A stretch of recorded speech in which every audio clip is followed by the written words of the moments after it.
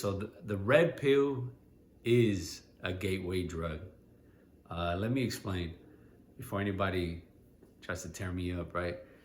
I I read The Rational Male. I dove into the red pill stuff, and I found it very valuable.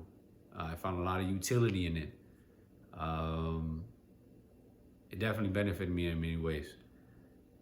And I was glad I found it when I found it because it made me make decisions that I probably otherwise wouldn't have made. Like, I realized there was no need to put up with nonsense, right?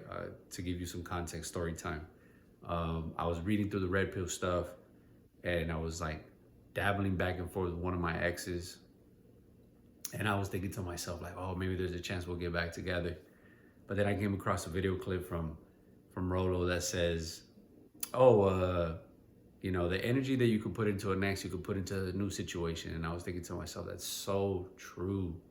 I was like, so then I was just like, we had planned a trip to Cancun, and I was like, you know what, like, forget it, I'm going on my own.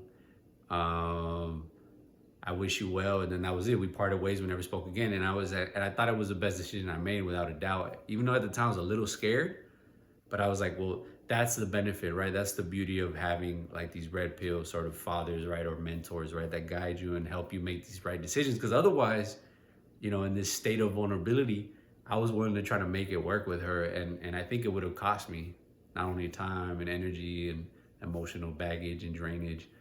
And to think like, the reality was I was trying to make something work with someone that it was never going to work with.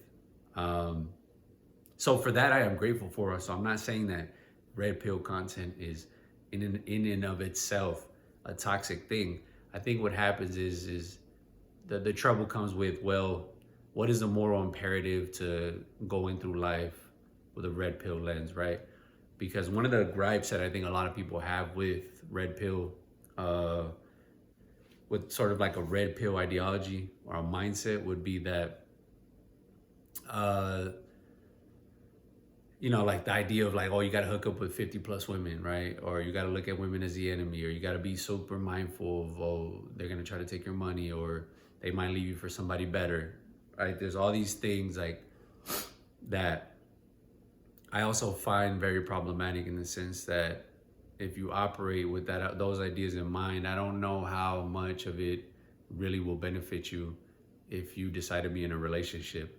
I think it's important to be mindful of these things, but to go into a situation with that paranoia that like she's gonna leave me for someone else, that that it's expected that she will, that the relationship will eventually expire, or that you should sleep with 50 plus women. I just don't know what that could do for you because, like I said, I've been there, done that. I went that route, not because of the red pill stuff, but coincidentally, that was what I did, right? Because that's what everybody else tells you to do, like hook up with as many girls as you can. And then what you get out of it in the long run isn't really what, I don't know, what I thought was what I needed at the time. So if you're in that boat where you like really enjoy this stuff, you really find it alluring, it's powerful stuff. But I would say, what's gonna come after the fact, right? Are you gonna really live life with that idea in mind, right? That women are the enemy, that women are out to get you. Believe it or not, there's a lot of good women out there. You just gotta look for them, right? Don't get me wrong. There's a lot of dudes that definitely need red pill content to sort of steer them in the right direction. Stay away from the single mothers, yada yada. All these things that they've been sort of coaxed into thinking are good for them. But after that, once you get past that, then what, right? I'm at that juncture in my life where I realize, okay, I understand the utility of red pill, but I need a moral imperative, right? I don't think red pill has that. There's no after the fact, right? So I think with all that being said, I think it's important to kind of just take it with a grain of salt, use what you think is good from it, and then kind of move on from there, because I just don't think it's a long-term solution.